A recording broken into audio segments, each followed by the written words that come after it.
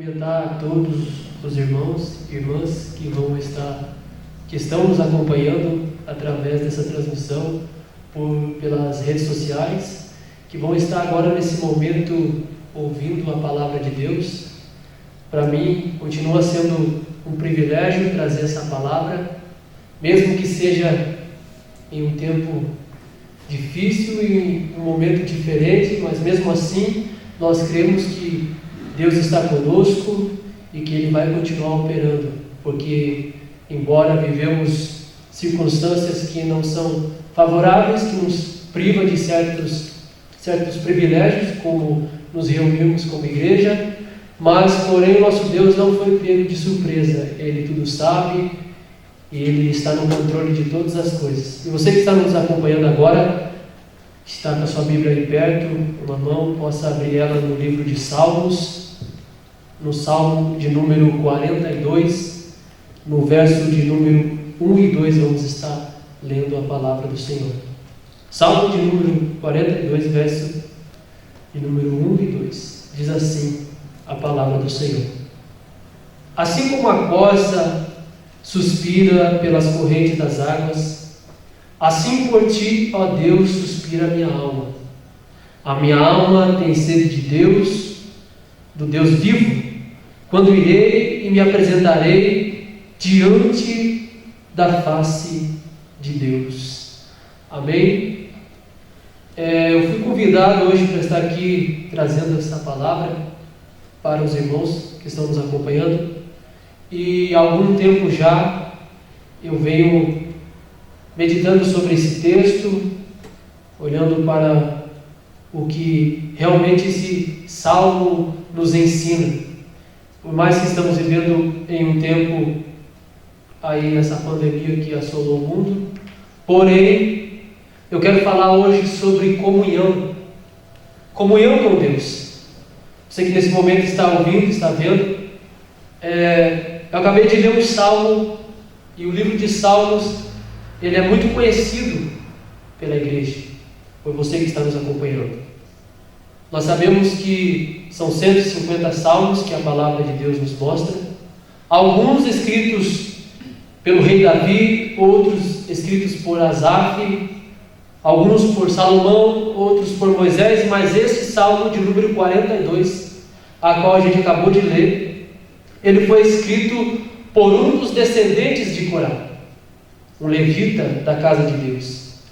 E o contexto desse salmo, o contexto histórico dele, nos apresenta o salmista que escreveu. Ele estava exilado devido ao primeiro cativeiro que aconteceu em Israel, os assírios. E esse salmista exilado, privado de tudo aquilo que trazia alegria, de tudo aquilo que realmente importava na vida dele, privado de amigos, privado de pessoas queridas, numa terra distante da sua, ele começa a compor esse salmo.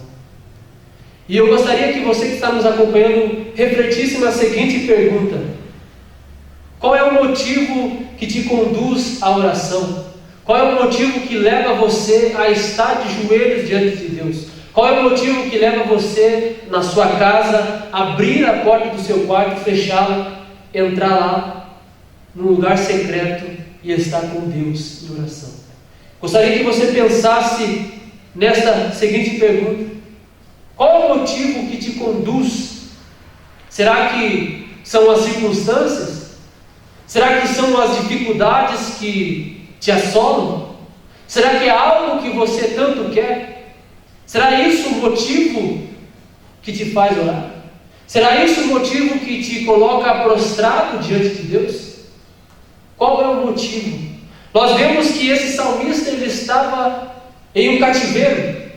As circunstâncias não eram favoráveis, as circunstâncias não eram boas, mas a Bíblia vai dizer, esse salmo vai nos falar que esse salmista, nesse momento de calamidade, nesse momento onde as circunstâncias não eram boas, nesse momento onde ele estava privado de tudo aquilo que realmente para ele importava, nesse momento ele almeja a presença de Deus. Nesse momento ele almeja a companhia de Deus. Ele sabia que as circunstâncias não eram boas, mas mesmo assim, essas circunstâncias não interferiram no devocional que ele tinha, na comunhão que ele tinha com Deus. Perceba que ele vai falar que o desejo que havia dentro dele em ter a comunhão com Deus era como uma corça que suspirava por correntes das águas. Se nós vamos ver, irmãos, a corça, ela é um animal que pode sentir o cheiro das águas a quilômetro de distância. Você que está na sua casa acompanhando essa pregação, depois pode pesquisar e ver sobre esse animal chamado corça. Ele sente o cheiro das águas a quilômetro de distância. E quando ele sente esse cheiro, ele tem uma pequena percepção que próximo aonde ele está, existe ali um rio, existe ali um riacho, e ele não vai descansar enquanto não encontrar esse rio, enquanto não encontrar esse riacho, para saciar a sua sede. Assim estava o salmista, nesse tempo, almejando a presença de Deus. Meus amados irmãos, isso que importa na nossa oração. Nós não devemos ir para a oração só porque nós temos necessidades. Nós não devemos ir para a oração só porque as circunstâncias não são boas. Nós devemos orar, porque orar é estar com Deus. Orar é viver com Deus. Orar é estar em companhia da presença de Deus. Isso que o Salmo está nos apresentando aqui. E é isso que eu quero transmitir para você. Nós vivemos em um tempo em que uma pandemia assolou o mundo, está assolando o mundo, num tempo onde as dúvidas aumentam, num tempo onde muitos se apresentam para trazer coisas que talvez não estejam relacionadas com a palavra de Deus, mas eles falam mesmo assim em nome de Deus.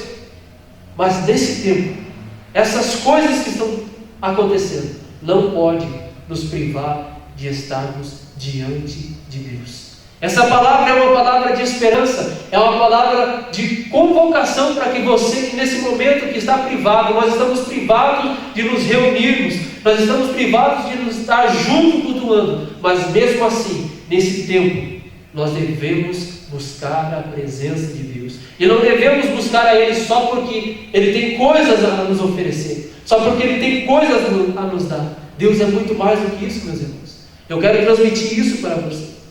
Descanse sobre a soberania de Deus. Descanse sobre a presença dEle. Não desista de buscar Ele por causa das circunstâncias. Não deixe de orar.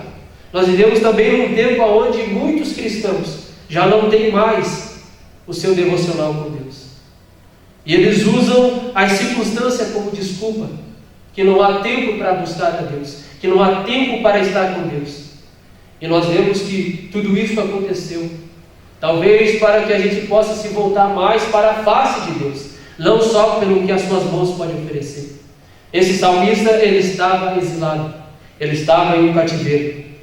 Não havia como ele ir para o templo. Veja no verso de número 4, ele diz assim: lembro-me destas coisas, e dentro de mim se derrama a minha alma, de como eu passava com a multidão de povo, e os guiava em procissão à casa de Deus, entre gritos de alegria e louvor, multidão em festa.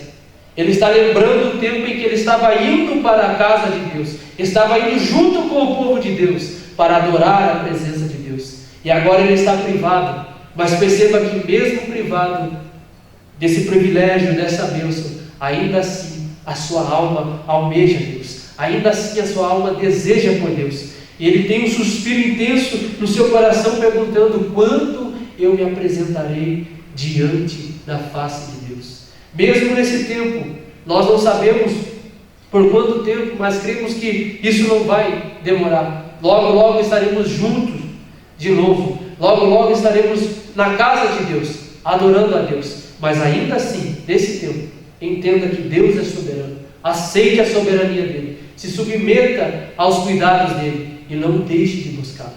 Não deixe de praticar a presença dEle. Porque a presença dEle é conforto para nossas vidas. A presença dEle é resposta para as nossas questões, os nossos questionamentos. A presença dEle é tudo na nossa vida. E eu encerro dizendo, no verso de número 11, dizendo assim: por que você está abatido, a minha alma? Por que se perturba dentro de mim? Espere em Deus, pois aí não louvarei a Ele, meu auxílio e Deus meu. Que você que está aí na sua casa possa questionar isso. Por que eu me abato nesse momento? Sendo que eu devo esperar em Deus, sendo que eu devo que aguardar o agir dEle, descansar sobre a soberania dEle, mas não deixar de buscá-lo, não deixar de estar com Ele. Você pode acompanhar, mesmo assim nós não fomos impedidos de cultuar. Você está cultuando da sua casa, você está recebendo essa palavra aí, através dessa transmissão, através dos irmãos que vão estar aqui todos os dias no culto, ainda que não juntos, mas estarão transmitindo a palavra de Deus. Que Deus abençoe você, a sua casa, a sua família, que nesse tempo, num tempo onde as coisas não são muito favoráveis, num tempo onde estamos privados de certas coisas, você possa fazer como Acós, que anseia por água, que haja um desejo intenso na sua vida de buscar a presença dEle, não só pelas coisas que Ele tem para oferecer a você, mas sim por quem Ele é, pelo seu caráter, por sua pessoa. Que Deus abençoe cada um de vocês que estão ouvindo agora, e eu agradeço aqui a minha oportunidade nesse momento que estive com vocês através dessa transmissão. Que Deus abençoe.